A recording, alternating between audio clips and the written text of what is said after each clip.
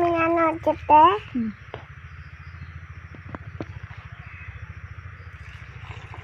മതി മതി മതി മതി. ഹായ്, ഇത് ഞങ്ങളുടെ ഒരു ഞായറാഴ്ച ദിവസം എങ്ങനെയാണെന്ന് നോക്കിയാലോ. രാവിലെ എഴുന്നേറ്റപ്പോൾ തന്നെ ഞാൻ ചെടികൾക്ക് വെള്ളം ഒഴിക്കാമെന്ന് പറഞ്ഞ് ഇറങ്ങിയതാണ് കേട്ടോ. ഞാൻ വെള്ളം ഒഴിക്കുന്നത് കണ്ടപ്പോഴത്തേന് അയനൂസിനും പിന്നെ വെള്ളം ഒഴിക്കണമെന്ന് പറഞ്ഞാൽ അവൾക്ക് പിന്നെ ഇതൊക്കെ ചെയ്യുന്ന ഇഷ്ടമായതുകൊണ്ട് തന്നെ ഞാൻ പിന്നെ മടിപ്പിക്കാറുമില്ല. അതൊക്കെ കഴിഞ്ഞ് വന്ന് ചായയും കുടിച്ചതിന് ശേഷം പിന്നെ കാപ്പി പരിപാടി തുടങ്ങി. പുട്ടായിരുന്നു. അങ്ങനെ പുട്ടൊക്കെ ഉണ്ടാക്കി കുടിക്കാനുള്ള വെള്ളം വെച്ച് കേട്ടോ. പിന്നെ ഞങ്ങളും കഴിക്കാനായിട്ടിരുന്ന് പുട്ടും പഴവുമായിരുന്നു. ഇന്ന് വിറക് മേടിക്കുന്നത് കൊണ്ട് തന്നെ പാചകത്തിൻ്റെ കീഴൊക്കെ വൃത്തിയാക്കാമെന്ന് വിചാരിച്ചു കേട്ടോ. അങ്ങനെ ആ കുഞ്ഞു വിറകുകളൊക്കെ മാറ്റി കുറച്ചധികം ചെതലൊക്കെ ഉണ്ടായിരുന്നേ. പിന്നെ അതെല്ലാം തട്ടിത്തൂത്ത് മാറ്റി അവിടെ എല്ലാം തൂത്ത് വൃത്തിയാക്കി ഇട്ട് കേട്ടോ. ചാക്കിട്ടേക്കുന്നത് കൊണ്ട് തന്നെ വലിയ പാടൊന്നും ഇല്ലായിരുന്നു വൃത്തിയാക്കി എടുക്കാൻ വേണ്ടി. അപ്പോഴേക്കും പുറത്ത് നല്ല മഴയുമായിരുന്നേ. അങ്ങനെ അരിയൊക്കെ വെന്ത് ആദ്യം തന്നെ ഞാൻ അരി ഊറ്റി. 2 ദിവസം കൊണ്ട് നോൺ വെജ് ആയതുകൊണ്ട് തന്നെ ഞായറാഴ്ച വെജാക്കാമെന്ന് വിചാരിച്ചു കേട്ടോ. അങ്ങനെ കുറച്ച് വെണ്ടയ്ക്ക ഇരുന്നതും മെഴുക്കുവരട്ടിയും വെച്ച് സോയാബീൻ റോസ്റ്റും വെക്കാമെന്നും പറഞ്ഞ് എല്ലാം ചെയ്തുകൊണ്ടിരിക്കുകയാണ് കേട്ടോ.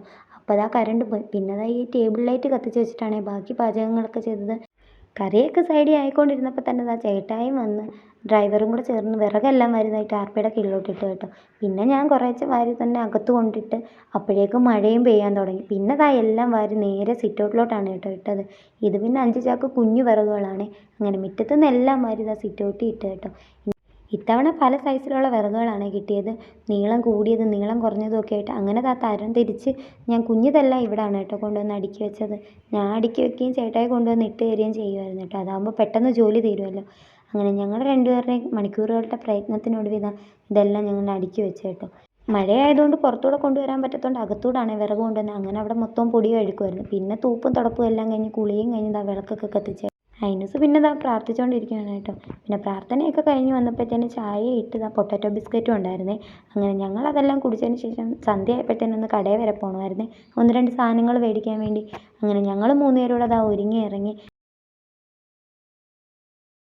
ആദ്യം തന്നെ പോയത് ബിഗ് ബസാറിലോട്ടായിരുന്നേ. അവിടെ ചെന്നപ്പോഴത്തേന് അമ്മയൊക്കെ അവിടെ ഉണ്ടായിരുന്നു.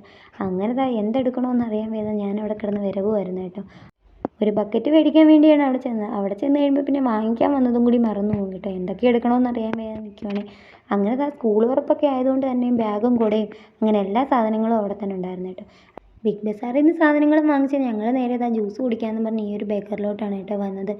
ഇവിടെ എത്തിയപ്പോഴത്തേന് ജ്യൂസ് വേണ്ട എന്തെങ്കിലും ഷേക്ക് ഐറ്റംസ് കഴിക്കാമെന്ന് വിചാരിച്ചിട്ട്. അങ്ങനെ ഞങ്ങളെല്ലാവരും ഫലൂഡയാണ് ഓർഡർ ചെയ്തത്. അങ്ങനെ ഫലൂഡയും വന്ന് കൂടെ ഒരു സാൻഡ്വിച്ചും കൂടെ ആയിരുന്നു കേട്ടോ പറഞ്ഞത്, ചിക്കൻ സാൻഡ്വിച്ച്. അങ്ങനെ അതെല്ലാം കഴിച്ച് ഞങ്ങൾ നേരെ വീട്ടിൽ വന്നു കേട്ടോ.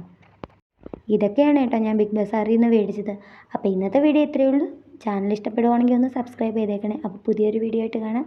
അപ്പോൾ ഓക്കെ, ബൈ.